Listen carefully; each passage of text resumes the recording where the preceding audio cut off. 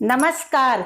मैं वंदना भार्गव आपका अपने इस संगीत वंदना यूट्यूब चैनल में अभिनंदन करती हूँ।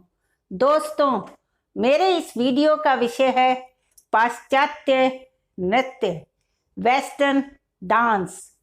पाश्चात्य नृत्य कला भारतीय नृत्य कला की भांति हजारों वर्ष पुरानी न होकर केवल 400 वर्ष पुरानी मानी जाती है। पाश्चात्य नृत्य कला का जन्म लगभग 15वीं शताब्दी में इटली में हुआ, किंतु कला रूप देने का श्रेय फ्रांस को है। इसीलिए फ्रांस को आधुनिक पाश्चात्य नृत्य की जननी कहा जाता है। पाश्चात्य जगत में हमेशा नए के भक्त होते हैं और नई रीति अपनाने के इच्छुक होते हैं। पाश्चात्य शैली के नृत्य के लिए यूनान, इटली, फ्रांस, नॉर्वे, स्वीडन आदि देशों के नाम उल्लेखनीय हैं, जहां पाश्चात्य नृत्य कला का विकास हुआ। पश्चिम के लोगों का कहना है कि नृत्य सिर्फ मनोरंजन एवं विश्राम देने के लिए है। इन्हें कला की गंभीरता और आत्मीयता पसंद नहीं। यही कारण है कि पाश्चात्य नृत्य में कला यौवन की मस्ती के सिवाय कुछ नहीं मिलता। पाश्चात्य नृत्य के विभिन्न प्रकार प्रचलित हैं, वो मैं अब आपको बताने जा रही हूँ। Ballroom dance. बॉलरूम डांस पाश्चात्य देशों में अत्यधिक लोकप्रिय नृत्य है, जो स्त्री पुरुष द्वारा किया जाता है। ये नृत्य सभी आयु वर्ग के लिए उपयुक्त माना जा गया है। बॉलरूम डांस के लिए फर्श चिकना और समतल होता है, जिस पर नृत्य के दौरान जूते आसानी से फिसल सकें। यह एक प्रकार का आलिंगन युक्त नृत्य होता है। इस नृत्य में शरीर का निचला भाग ही चलता है। इस नृत्य में नर्तक नर्तकी स्वयं एक दूसरे से प्रभावित होते हैं। दर्शकों पर कोई प्रभाव नहीं पड़ता। संगीत देने के लिए वाद्यवादक कोई भी धुन बजाते हैं, जिसकी लय धीमी तथा झुलाती हुई चलती है। इस नृत्य में ताल का कार्य जूते के तल्ले से प्रकट होने वाली ध्वनि करती है।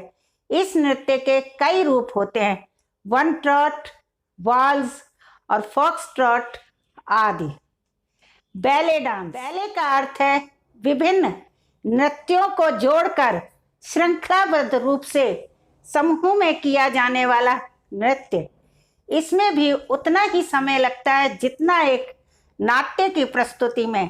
यह नृत्य कलात्मक होता है, जो रंगमंच पर दिखाया जाता है।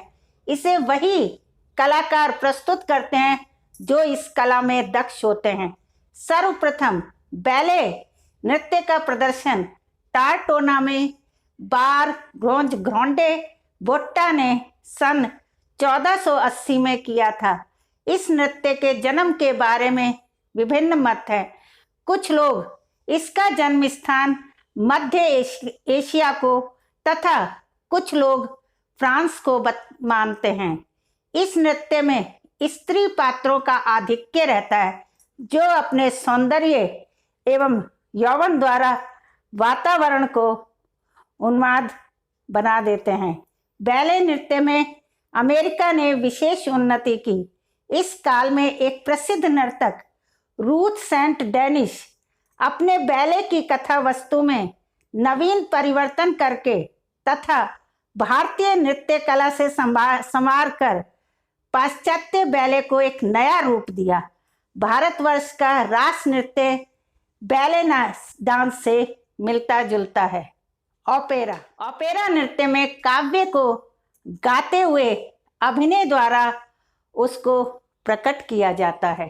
ओपेरा नृत्य को विभिन्न क्षेत्र के कलाकार मिलकर तैयार करते हैं, जैसे कवि, संगीत रचयिता, गायक, अभिनेता, वास्तुकार, सज्जाकार, वाद्यवादक, चित्रकार, वेशभूषाकार, ध्वनि एवं प्रकाश विशेषज्ञ सेट डिजाइनर, संचालक, निर्माता आदि। भारत में कलकत्ता, बंबई, मद्रास आदि बड़े नगरों में इसे देखा जा सकता है। संक्षेप में गीति नाट्य या संगीतिका को ही ओपेरा कहते हैं। इसके अलावा पाश्चात्य देशों में अन्य प्रकार के नृत्य भी पाए जाते हैं।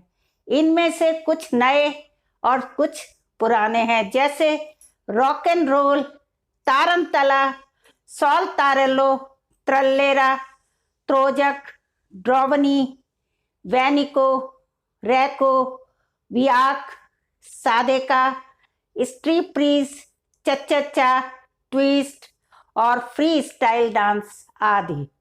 अब पाश्चात्य नर्तक भारतीय नृत्य कला की ओर झुक रहे हैं।